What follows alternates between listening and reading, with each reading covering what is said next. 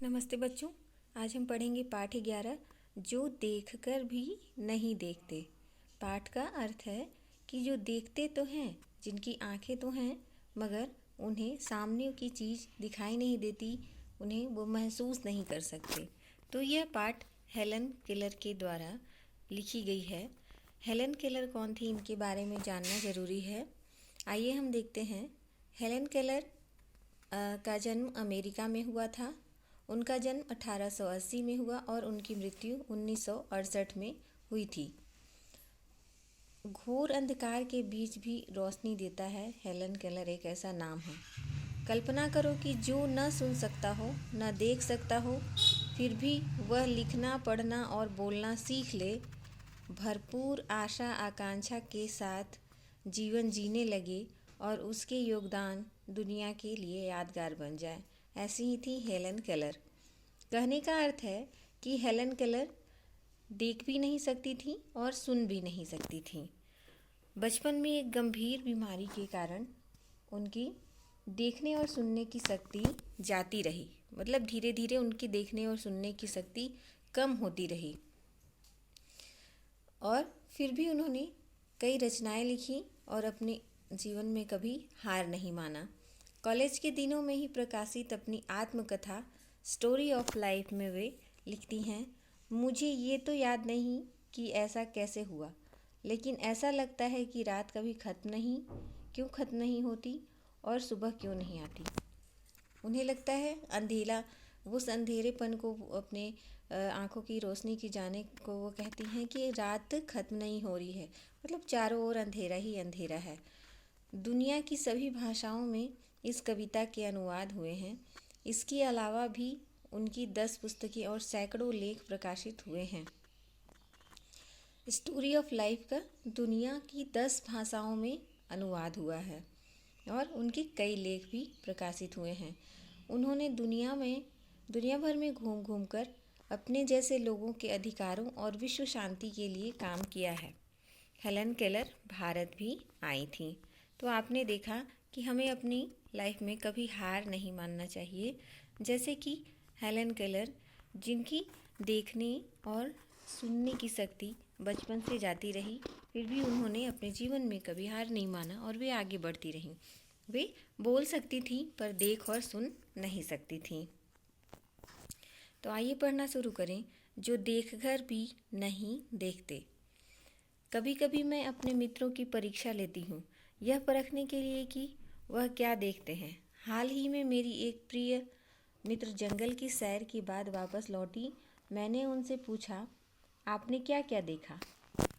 तो वो अपने मित्रों की परीक्षा इसलिए लेती हैं, परीक्षा का मतलब कि वो एग्ज़ाम लिखने वाला एग्ज़ाम नहीं, वो पूछती हैं, उनसे कुछ कुछ जानना चाहती हैं और वो ये जानना चाहती हैं कि हैं और इस दुनिया की सुंदरता को उन्होंने कैसे देखा, कैसे महसूस किया। तो उनकी एक सहेली जो होती है, उनकी एक प्रिय मित्र होती है, जंगल की सैर करके घूम कर वापस लौटती हैं और उनसे हेलन केलर पूछती हैं कि आपने क्या क्या देखा। तो उनकी सहेली बोलती है कि कुछ खास तो नहीं। मुझे बहुत अचरज नहीं हुआ क्योंकि मैं अब इस तरह के उत्तरों की आदी हो चुकी हूँ। मेरा विश्वास है कि जिन लोगों की आंखें होती हैं वे बहुत कम देखते हैं। वे, इसका क्या अर्थ है? जिनकी आंखें होती हैं वे बहुत कम देखते हैं। ये इसलिए बहुत कम इसका अर्थ है कि हम रोज़ उन चीज़ों को देख सकते हैं। हमारे सामने जो चीज़ें हैं, प्रकृति की सुंदरता है, शहर है, घर है, बिल्डिंग है, नदी, तालाब, ये सारी चीज़ें हम रोज़ देखते हैं, इसीलिए हमारे लिए वो कोई नई बात नहीं होती। लेकिन जो नहीं देख सकता, उनके लिए ये बहुत बड़ी बात होती है कि आखिर वे चीज़ें दिखती कैसी हैं, कैसे महसूस बस वे कर सकते हैं कैसे दिखती हैं और वे कितनी बड़ी होंगी, कितनी छोटी होंगी, किस रंग की होंगी। वे इनके लिए ये ज़रूरी होता है जानना कि भाई ये कैसी दिखती हैं, इसलिए वो ज़्यादा उत्सुक रहते हैं। यहाँ पे हेलन केलर कहती हैं क्योंकि वो आदी हो चुकी हैं, क्योंकि आदी मतलब उनको इस उत्तर की आदत से हो चुकी है। जो लोग उससे पूछते जिन लोगों से भी पूछती हैं कि आपने प्रकृति सुंदरता को कैसे देखा, कैसा लगा, तो कुछ खास नहीं। मतलब हम लोग रोज़ देख रहे हैं तो हमें ये कोई चीज़ खास नहीं लगेगी। जैसे आप नदी, पहाड़, जंगल रोज़ देख रहे हैं तो आपके लिए कोई ख़ास बात नहीं है। लेकिन जैसे कि आपका जो पर्यटन स्थल है पास का तातापानी, तो आप रोज़ देखते हैं तो आपको कोई खास नहीं लगेगा। लेकिन अगर कोई दूर से व्यक्ति आता है जो पहली बार देख रहा है, उसके लिए आश्चर्य की बात है कि अरे वाह, ये धरती से गर्म पानी कैसे निकलता है। तो ये रोज़ हम देखते हैं तो उसके आदी हो चुके हैं। और जो नहीं देखते, जो कभी कभी देखते हैं उस चीज़ को या नहीं देख पाते, तो उसके लिए ज़्यादा उत्सुक रहते हैं। क्या यह संभव है कि भला कोई जंगल में घंटा भर घूमे और फिर भी कोई विशेष चीज़ न देखे? मुझे जिसे कुछ भी दिखाई नहीं देता, सैकड़ों रोचक चीज़ें मिलती हैं जिन्हें मैं छूकर पहचान लेती हूँ। कहती हैं कि ये तो बड़ी आश्चर्य की बात है कि अगर जंगल में हम 1 घंटे घूमें, कोई ना कोई चीज़ तो दिखेगी ही जो बहुत अच्छी रहती हो। मैं भोजपत्र के पेड़ की चिकनी छाल और चीड़ की खुरदरी छाल को स्पर्श से पहचान लेती हूँ।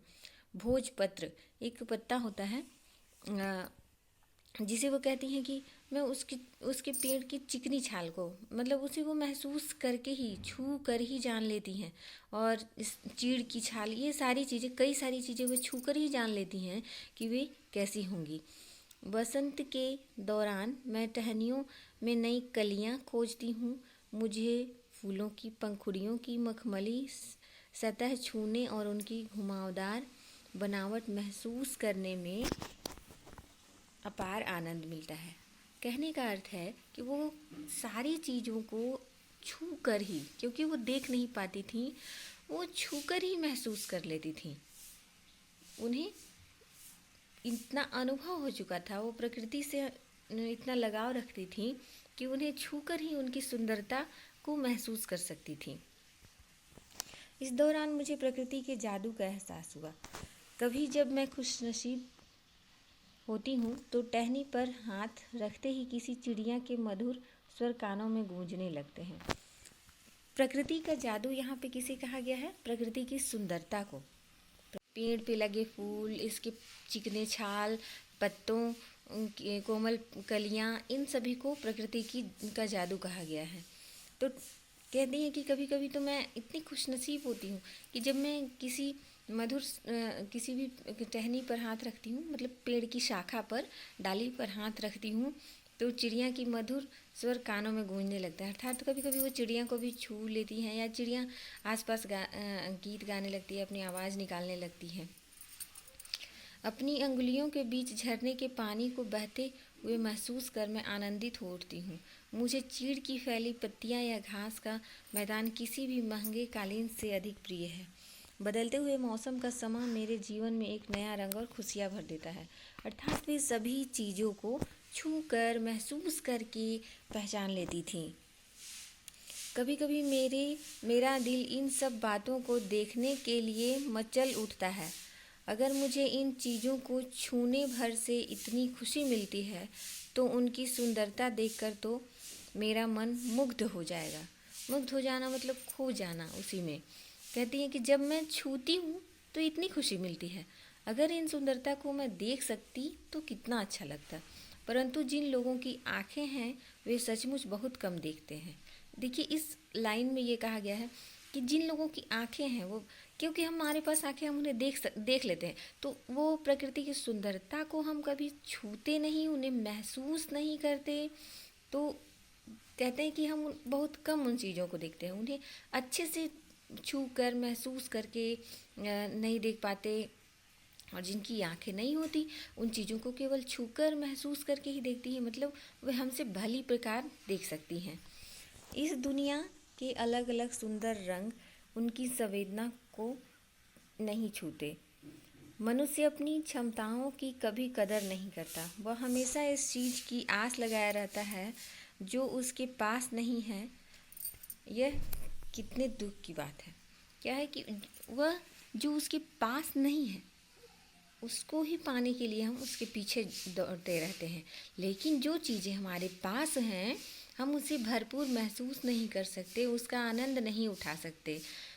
ये बहुत अच्छी बात कही गई है कि जो चीज़ें हमारे पास में होती हैं, हम उनकी कद्र नहीं करते।